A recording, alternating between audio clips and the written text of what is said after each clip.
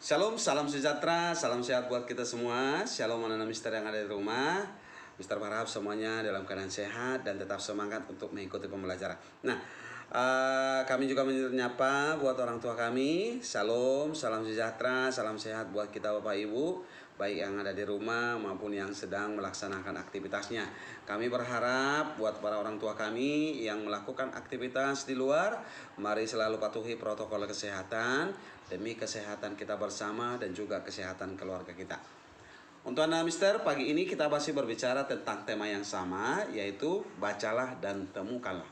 Apa tujuan pembelajaran kita hari ini? Tujuannya adalah supaya kita memiliki hubungan yang akrab dengan Tuhan dengan meneladani sebuah kisah dari Alkitab yang tertulis dalam Kisah Para Rasul 8 ayat 26 sampai 40 ya.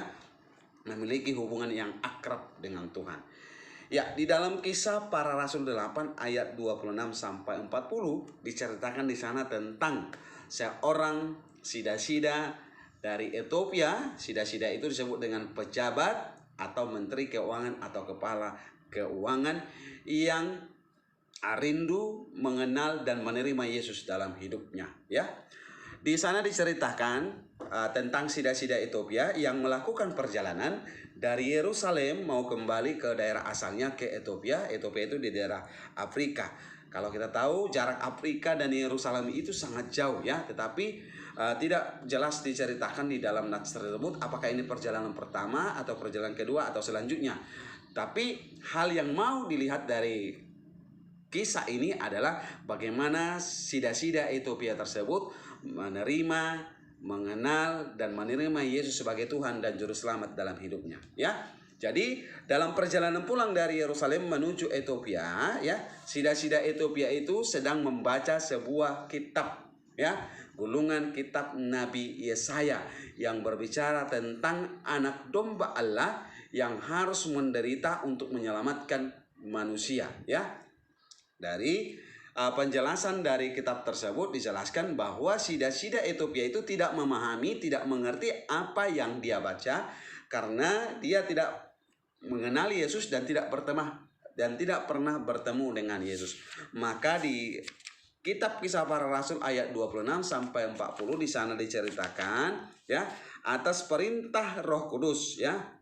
Atas perintah Roh Kudus ya, Filipus diutus oleh Tuhan ya, di dalam kitab tersebut diutus oleh Tuhan untuk menjumpai sida-sida Ethiopia tersebut. Karena kita tahu siapapun yang mencari Tuhan dengan sungguh-sungguh tidak akan pernah pulang dengan kecewa.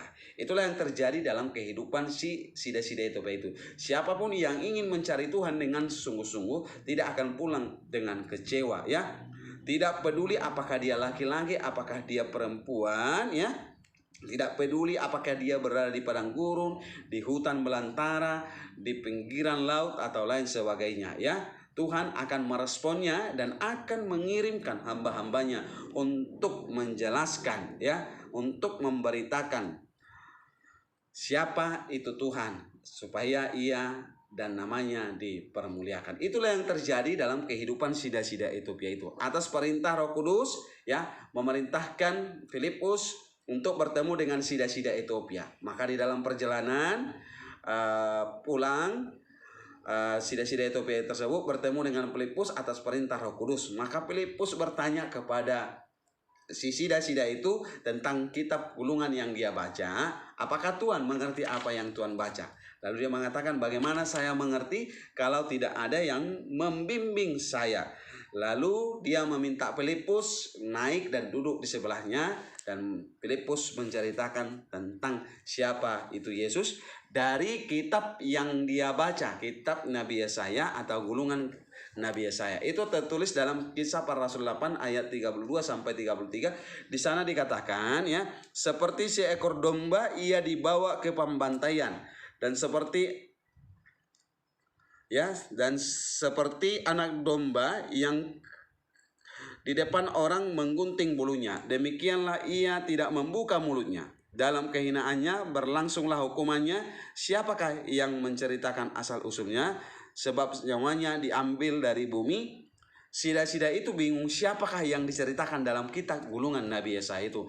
Maka Filipus menceritakan Injilnya kepada sida-sida itu, bahwa yang diceritakan dalam kitab gulungan tersebut adalah Yesus anak domba Allah yang harus mati menderita untuk keselamatan manusia.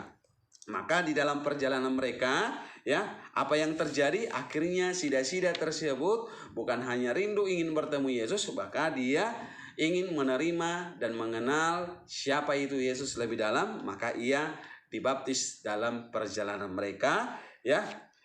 Ketika mereka sampai di suatu tempat yang ada air, sida-sida itu berkata, "Lihat, di situ ada air. Apakah halangannya jika aku dibaptis?" Sebenarnya ia berkata bukan hanya untuk Filipus tetapi juga untuk dirinya.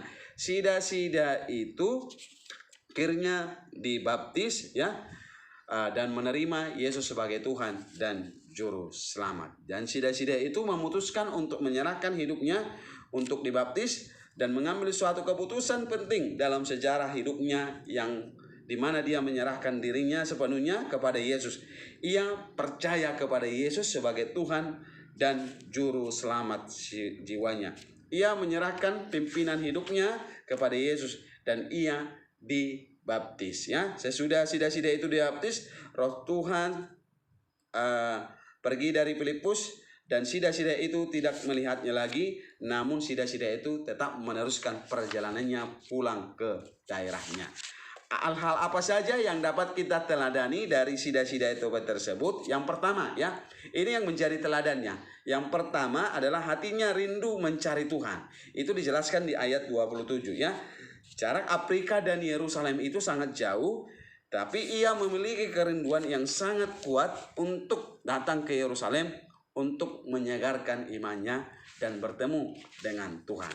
Jadi teladan yang pertama yang dapat kita lihat dari sida-sida tersebut adalah yang pertama, hatinya rindu mencari Tuhan. Yang kedua yang dapat kita teladani dari sida-sida Ethiopia tersebut adalah tekun membaca firman Tuhan, ya. Itu di ayat 28. Hal ini menarik karena meskipun dia seorang pejabat besar, ia meluangkan waktunya, menyediakan waktunya untuk membaca firman Tuhan, ya. Jadi ini menjadi teladan bagi kita. Apakah kita sudah meluangkan waktu kita untuk membaca Alkitab, ya? Jadi pertama tadi hatinya rindu mencari Tuhan, yang kedua tekun membaca firman Tuhan di ayat 28, ya. Yang ketiga rendah hati di ayat 31 dijelaskan.